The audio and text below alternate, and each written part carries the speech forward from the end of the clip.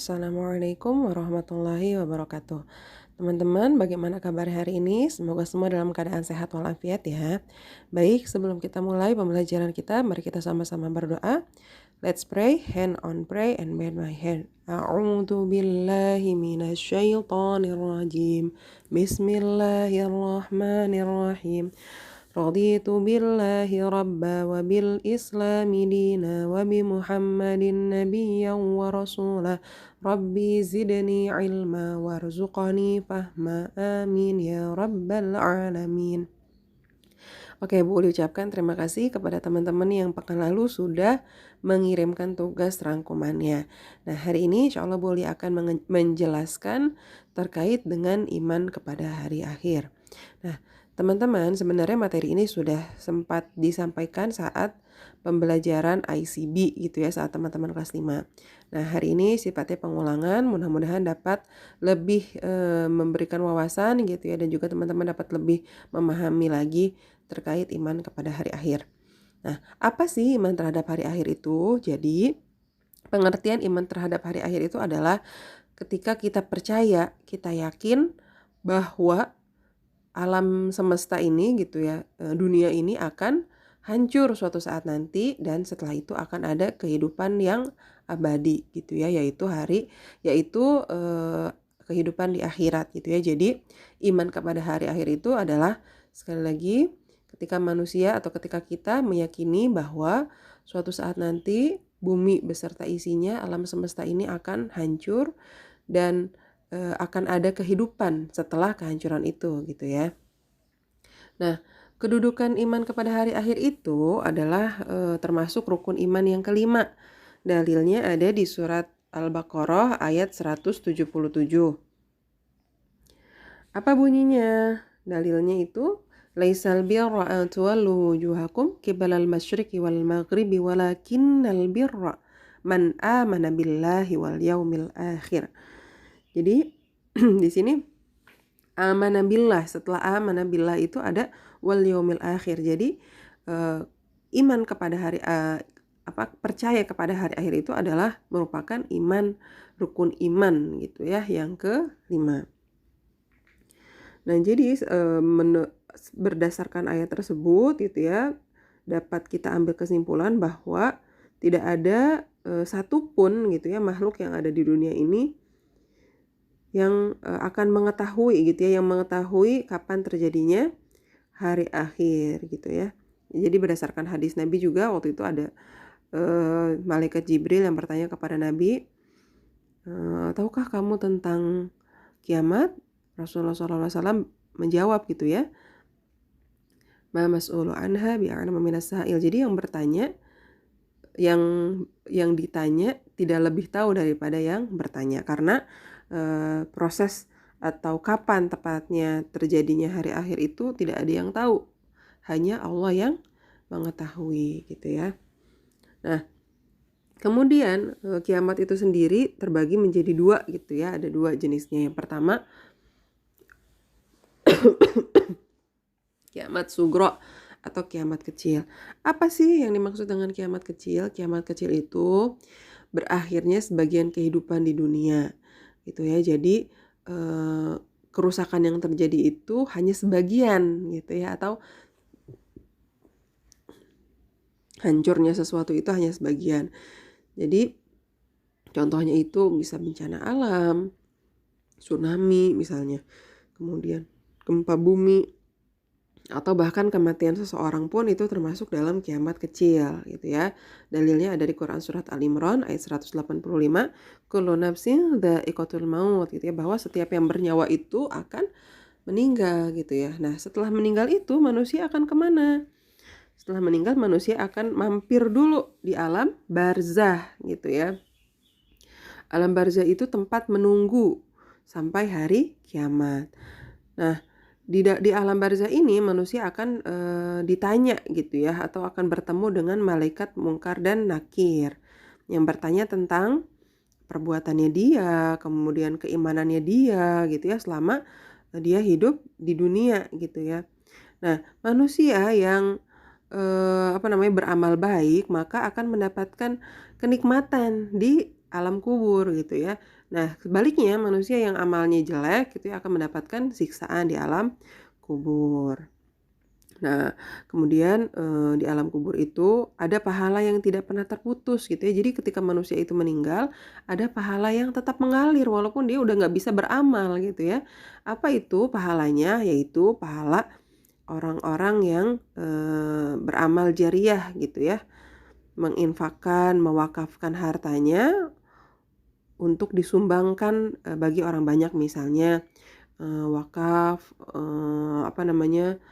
untuk masjid gitu ya, kemudian wakaf untuk sekolahan gitu ya, itu pahalanya akan terus mengalir walaupun sudah meninggal. Kemudian ada juga pahala ilmu yang bermanfaat. Jadi ketika kita menyampaikan ilmu kepada orang lain gitu ya, dan orang lain itu mengamalkan ilmu yang kita sampaikan, nah itu pahalanya juga akan kita terima gitu ya, walaupun sudah meninggal. Nah, kemudian yang ketiga adalah pahala yang tetap mengalir bagi orang yang sudah meninggal adalah doa dari anak yang sholih gitu ya. Jadi kalau misalnya teman-teman nih mendoakan orang tua yang sudah meninggal, insya Allah itu akan menjadi kebahagiaan gitu ya bagi orang tua di alam barzah. Jadi mulai sekarang ayo kita perbaiki diri, semoga kita menjadi anak yang sholih dan sholihah yang akan membahagiakan orang tua kita di dunia dan di akhirat gitu ya. Nah, itu terkait kiamat sugro. Nah, selanjutnya ada kiamat kubro atau kiamat besar gitu ya. Nah, kiamat kubro itu adalah hancurnya seluruh alam dan isinya gitu ya. Jadi kiamat kubro itu nanti hancur semuanya gitu ya. Yang ada di bumi itu akan hancur ya. Nah, kiamat kubro ini dimulai dari tiupan sangkakala yang akan ditiupkan oleh malaikat. Siapa malaikatnya? Malaikat Israfil gitu ya. Malaikat Israfil akan meniupkan sangkakala dan terjadilah kiamat kubro. Nah, sebelum terjadinya kiamat kubro ada tanda-tandanya, ada ciri-cirinya gitu ya. Jadi Allah itu mengingatkan kepada kita tanda-tanda atau ciri-ciri terjadinya kiamat kubro. Apa aja ciri-cirinya? Jadi kalau tanda-tanda kecilnya itu, jadi tanda-tandanya ada dua ya, ada tanda-tanda kecil dan juga ada tanda-tanda besar.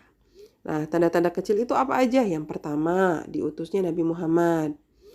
Ya, jadi dalam hadis itu Rasulullah mengatakan bahwa diutusnya Rasulullah dan hari kiamat itu ibarat dua jari gitu ya, jaraknya itu ibarat dua jari, seperti jari gitu. Jadi antara telunjuk dengan jari tengah. Jadi kalau teman-teman bisa bayangin antara telunjuk dan jari tengah itu kan sebenarnya deket ya. Nah, jadi diutusnya Rasulullah itu merupakan suatu tanda kecil datangnya kiamat. Kemudian yang kedua adalah kiamat itu sebagai akibat dari kejahatan manusia. Nah, jadi ini juga dalam hadis dinyatakan bahwa hari kiamat itu tidak akan terjadi kecuali disebabkan oleh kejahatan manusia. Jadi salah satu penyebab kiamat itu terjadi adalah karena manusia melakukan perusakan gitu ya di muka bumi. Kemudian yang ketiga, lahirnya raja-raja atau pemerintah yang pemimpin yang berakhlak rendah. Ya seperti kita lihat saat ini gitu ya, banyak sekali pemimpin yang kurang amanah gitu ya, atau zalim terhadap rakyatnya. Nah, itu adalah salah satu ciri-ciri kiamat besar gitu ya. Nah, dalam hadis tadi seperti yang sudah boleh jelaskan, ada hadis Arba'in kalau nggak salah hadis kedua, itu malaikat Jibril bertanya kepada Rasulullah SAW tentang kiamat gitu ya. Nah, di situ beliau menjelaskan tentang ciri-ciri kiamat gitu ya. Yang pertama, wanita yang melahirkan tuannya. Pekan lalu ada yang bertanya kepada Bu Uli, Bu, apa sih yang dimaksud dengan wanita yang melahirkan tuannya? Jadi yang dimaksud wanita yang melahirkan tuannya adalah ketika seorang anak itu memperlakukan ibunya seolah-olah seperti pembantu gitu ya, ibunya disuruh-suruh, ibunya direpotkan dan lain sebagainya. Kemudian yang kedua, ciri yang kedua adalah orang miskin mengembala kambing bermegah-megahan dengan kekayaan. Jadi banyak orang-orang yang sebenarnya miskin gitu ya, tapi pamer kekayaan. Kemudian munculnya fitnah daripada pendusta, seperti yang kita lihat sekarang gitu ya, banyak orang-orang yang fitnah, banyak hoax gitu ya yang beredar di antara kita gitu ya. Kemudian juga banyak juga orang-orang yang mengaku sebagai nabi. Yang masyhur itu ada di desa Manislor ya. Bu Uli dulu mondok di Manis Kidul. Nah, tetangga desanya Bu Uli itu ada pengikut Ahmadiyah. Nah, Ahmadiyah itu adalah aliran nabi palsu. Jadi sebenarnya banyak ya nabi-nabi palsu itu, kayak misalnya ada Musailamah Al-Kadzab itu di zamannya para sahabat gitu ya. Setelah Rasulullah wafat, ada seorang Yahudi yang mengaku sebagai nabi ya, namanya Musailamah Al-Kadzab. Kemudian juga ada Mirzam Ghulam Ahmad, kemudian juga ada Lia Eden. Nah, itu adalah orang-orang yang berbohong gitu ya, pendusta yang mengaku-ngaku sebagai nabi. Kemudian ciri yang keempat adalah sering terjadinya gempa. Waktu semakin pendek, banyak gempa-gempa, terus juga kadang-kadang kita ngerasa kok tahu-tahu udah sore sih. Nah, itu juga adalah ciri-ciri kiamat gitu ya. Kemudian banyaknya kebodohan, perzinahan, minuman keras, narkoba gitu ya, serta mengecilnya jumlah laki-laki. Nah, ini sudah mulai terlihat gitu ya, banyaknya orang bodoh, banyaknya orang yang berzina, minum khamr itu sekarang bahkan ada yang ngejual di Indomaret gitu ya. Kita sangat miris gitu ya. Nauzubillahi min dzalik. Kemudian banyaknya pembunuhan. Ya, kalau kita lihat TV gitu ya, sudah banyak orang-orang yang melakukan pembunuhan. Kemudian melimpahnya harta benda, dan orang-orang itu banyak berlomba-lomba gitu ya dalam mendirikan bangunan gitu ya. Sekarang kita lihat di Jakarta banyak banget bangunan-bangunan yang tinggi yang mencakar langit. Nah, itu adalah salah satu ciri atau tanda datangnya kiamat. Kalau kita lihat di zaman Nabi itu kan nggak ada bangunan yang pencakar langit gitu ya. Nah, makin kesini makin banyak orang-orang gitu ya, pengusaha-pengusaha yang berlomba untuk meninggikan bangunannya gitu ya. Nah, itu adalah salah satu tanda kecil datangnya kiamat. Kemudian yang selanjutnya, orang bodoh menjadi pejabat. Ini juga salah satu tanda kecil kiamat, dan sudah ada gitu ya di antara kita orang-orang yang bodoh yang menjadi pejabat, yang sebenarnya tidak mengerti gitu ya tentang kepemimpinan gitu ya, tapi menjadi pejabat. Kemudian kalahnya Yahudi oleh Muslim gitu ya. Ciri yang selanjutnya adalah ketika Yahudi kalah oleh umat Muslim. Nah, adapun tanda-tanda besar hari kiamat itu yang pertama adalah terbitnya matahari dari barat. Jadi nanti ketika hari kiamat akan terjadi itu adalah ketika matahari terbit dari barat. Itu ya. Jadi kalau sekarang itu terbitnya dari mana, Kak? Terbitnya dari timur. Nah, ketika hari kiamat itu terbitnya dari barat. Nah, ketika matahari sudah terbit dari barat, tidak diterima lagi gitu ya tobatnya manusia. Kemudian muncul nih binatang yang dapat berbicara gitu ya. Ini ada di Quran surat An-Naml ayat 82, dan apabila perkataan telah jatuh atas mereka, kami keluarkan sejenis binatang melata dari bumi yang akan mengatakan kepada mereka bahwa sesungguhnya manusia dahulu tidak yakin kepada ayat-ayat kami. Jadi nanti ketika hari kiamat itu akan ada binatang-binatang melata gitu ya, yang bisa berbicara dengan manusia. Kemudian tanda besar yang ketiga adalah munculnya Imam Mahdi gitu ya. Nah, di hadis dikatakan, seandainya umur dunia ini tinggal 1 hari, maka Allah akan mengirimkan seorang laki-laki dari keluargaku atau Imam Mahdi yang memenuhi dunia dengan keadilan sebagaimana dunia telah dipenuhi dengan kesesatan dan penganiayaan.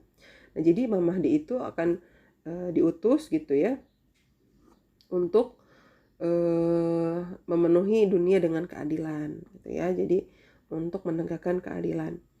Yang selanjutnya munculnya Dajjal.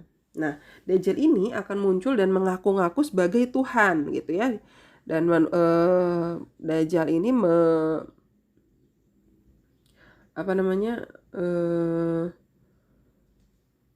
akan mengajak manusia untuk kufur kepada Allah gitu ya. Jadi Dajjal ini diturunkan gitu ya untuk merusak manusia dan mengajak manusia untuk kufur. Nah, Dajjal ini punya kemampuan bukan menghidupkan ya. Jadi seolah-olah membuat tipu daya gitu ya, bahwa orang yang mati itu bisa hidup. Nah, makanya nanti itu orang-orang banyak yang percaya atau banyak yang mengikuti Dajjal karena dia punya kemampuan itu. Nah, makanya sekarang kita senantiasa berdoa gitu ya untuk terhindar atau terjauhi dari fitnah Dajjal. Doanya itu Allahumma inni a'udzubika Allahumma inni, ya doanya itu Allahumma inni a'udzubika Allahumma inni a'udzubika min adzabil qabri wa min adzabi jahannam wa min syarri fitnatil mahya wal mamat wa min syarri fitnatil masiihid dajjal. Jadi kita berdoa gitu ya untuk terhindar dari fitnah Dajjal. Karena sungguh fitnah Dajjal itu sangat besar, makanya kita harus berdoa semoga Allah melindungi kita semua dari fitnah Dajjal. Ya. Nah, kemudian tanda yang selanjutnya adalah turunnya Nabi Isa alaihissalam. Nah, Rasulullah bersabda, Dajjal akan keluar di tengah-tengah umatku dan menetap selama 40 hari. Aku tidak tahu 40 hari, 40 bulan, atau 40 tahun. Gitu ya. Jadi Dajjal itu akan turun selama 40. Nah, 40-nya itu bisa 40 hari, bisa 40 bulan, bisa 40 tahun. Lalu Allah menurunkan Isa bin Maryam. Setelah itu Nabi Isa akan mencarinya dan membinasakannya. Kemudian ia akan menetap bersama manusia selama 7 tahun.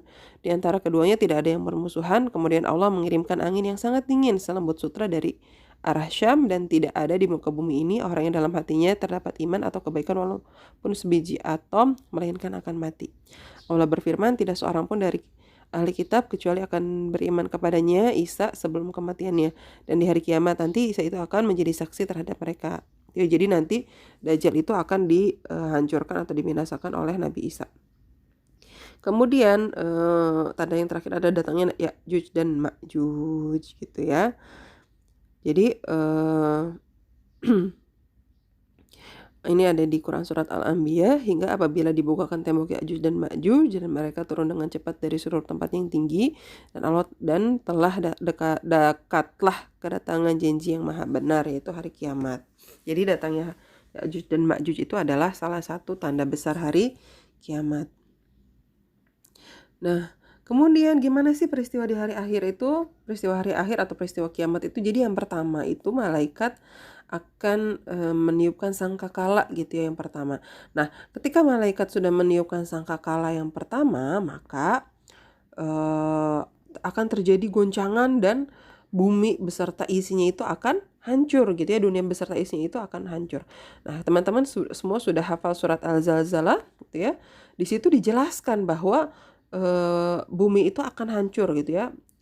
Jadi idza zulzilatil ardu zilzalaha, apabila bumi digoncangkan dengan goncangan yang besar gitu ya. Jadi pada hari akhir itu akan terjadi goncangan yang sangat besar. Wa akhrajatil ardu athqalaha, dan bumi itu akan wa akhrajatil ardu athqalaha, dan bumi itu akan mengeluarkan gitu ya isi kandungannya gitu ya. Wa qala al-insanu malaha, dan manusia bertanya, ada apa ini? Kenapa bumi seperti ini gitu ya? Jadi di situ di Quran surat Al-Zalzalah sudah dijelaskan tentang proses terjadinya hari akhir. Jadi manusia itu di sana akan kebingungan gitu ya, ini kenapa gitu. Jadi bumi itu akan hancur. Nah, setelah bumi hancur gitu ya dan orang-orang mati gitu ya, akan ditiupkan sangkakala yang kedua gitu ya, yang merupakan tanda bangkitnya manusia dari kubur. Nah, Rasulullah bersabda, pada waktu itu sangkakala ditiup, lalu matilah seluruh makhluk yang ada. Kemudian Allah menurunkan hujan rintik-rintik, kemudian tumbuhlah tubuh-tubuh manusia yang telah mati. Selanjutnya ditiup sangkakala yang kedua, tiba-tiba seluruh makhluk itu sama berdiri memandang Nabi sambil menanti. Jadi sangkakala yang kedua itu, kalau tadi sangkakala yang pertama itu hancur bumi, sangkakala yang kedua dibangkitkannya manusia dari alam kubur ya. Nah, manusia itu nanti akan dibangkitkan sesuai dengan keadaan masing-masing gitu ya, sesuai dengan amalan masing-masing. Nah, kalau misalnya amalnya baik, maka keadaannya akan baik dan sempurna. Nah, apabila amalannya buruk, maka akan dibangkitkan dalam keadaan buruk dan mengerikan. Nauzubillahi min dzalik. Yang terakhir, pembahasan tentang nama-nama hari kiamat. Yang pertama adalah Yaumul Ba'ats atau hari dibangkitkan manusia gitu ya dari alam kubur. Nah, kemudian setelah Yaumul Ba'ats itu, setelah dibangkitkan dari alam kubur, ada Yaumul Mahsyar atau dikumpulkan manusia di padang mahsyar gitu ya. Nah, di padang mahsyar itu nanti kemarin ada yang bertanya, Bu, kan kalau di padang mahsyar itu nanti matahari itu akan sangat dekat dengan manusia ya.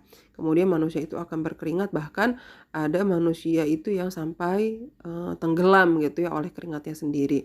Betul gitu ya, nanti manusia itu sesuai dengan amalannya gitu ya. Ketika dia beramal baik ya dia nggak akan tenggelam oleh keringatnya gitu ya.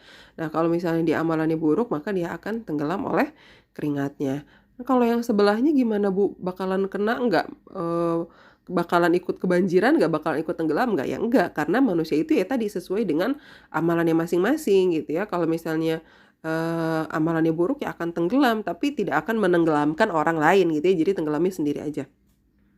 Itu di padang mahsyar. Kemudian yaumul hisab. Yaumul hisab itu adalah hari diperhitungkannya amalan manusia gitu ya, atau dihisab gitu ya, dihitung. Hisab itu kan dihitung gitu ya, dihitung perbuatannya, perbuatan baiknya apakah lebih banyak atau enggak. Nah, kemudian ada yaumul mizan atau hari pertimbangan amal manusia. Nah, setelah dihitung itu akhirnya ditimbang gitu ya. Amalan yang dilakukan di dunia itu banyakan baiknya atau banyakan buruknya. Kemudian setelah misalnya ketahuan ya banyakan amalan baiknya gitu ya, akhirnya ada yaumul jaza atau hari pembalasan. Nah, yaumul jaza ini terdapat 2 kategori gitu ya. Ada yang masuknya ke surga gitu ya, ketika amal kebaikannya itu baik, banyak gitu ya, akan masuk ke dalam surga. Nah, apabila kebalikannya atau amal lebih banyak amal buruknya, maka akan masuk ke dalam neraka. Nah, yang wajib kita yakini itu bahwa manusia itu masuk ke dalam surga bukan semata-mata hanya karena amal perbuatannya. Jadi masuk surga itu adalah karena keridhaan Allah gitu ya, karena rahmat Allah, karena kasih sayang Allah kepada kita. Jadi jangan sampai sombong gitu ya, mentang-mentang udah banyak amal terus jadi sombong. Nah, makanya ketika beramal itu harus bukan hanya sekedar mencari pahala gitu ya, tapi mencari keridhaan Allah gitu ya. Jadi amalan kita itu belum tentu menyelamatkan kita dari neraka. Tapi orang-orang yang beramal aja belum tentu masuk surga gitu ya, apalagi orang-orang yang tidak beramal. Karena ketika beramal itu kita juga diniatkan untuk mendapatkan keridhaan Allah gitu ya, semata-mata mencari keridhaan Allah. Karena orang-orang yang masuk ke dalam surga itu karena rahmat dan kasih sayang Allah gitu ya. Jadi kalau misalkan ditimbang itu sebenarnya amalan manusia di dunia dengan nikmat yang Allah berikan itu tidak sebanding gitu ya, tidak akan pernah sebanding. Nikmat bisa melihat aja itu anugerah yang sangat besar gitu ya. Nikmat bisa berjalan itu ada anugerah yang sangat besar. Makanya kita harus sering-sering atau banyak-banyak bersyukur gitu ya atas nikmat Allah. Nah, jadi kita kembali ke pembahasan. Jadi ketika manusia itu masuk ke dalam surga yang karena nikmat Allah itu ada beberapa tingkatan gitu ya. Surga itu ada surga Firdaus itu ya, tempatnya para nabi dan rasul. Mudah-mudahan kita bisa berkumpul di surga Firdaus bersama para nabi dan rasul. Kemudian juga ada surga Ma'wa, ada surga Khuldi gitu ya. Ada Naim, ada Aden, ada Darussalam, dan ada Darul Jannah.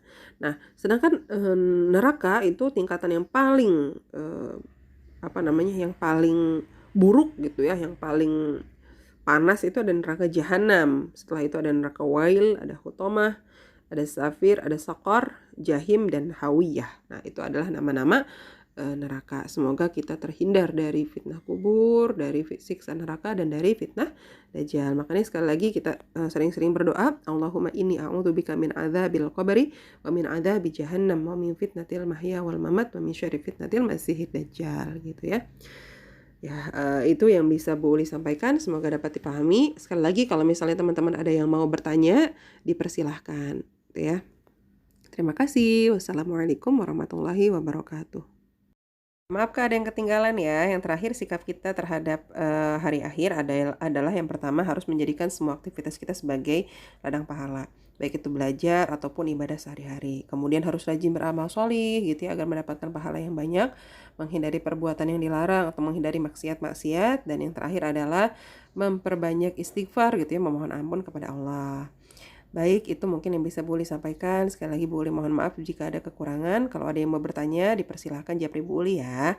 Oke, terima kasih semuanya. Assalamualaikum warahmatullahi wabarakatuh.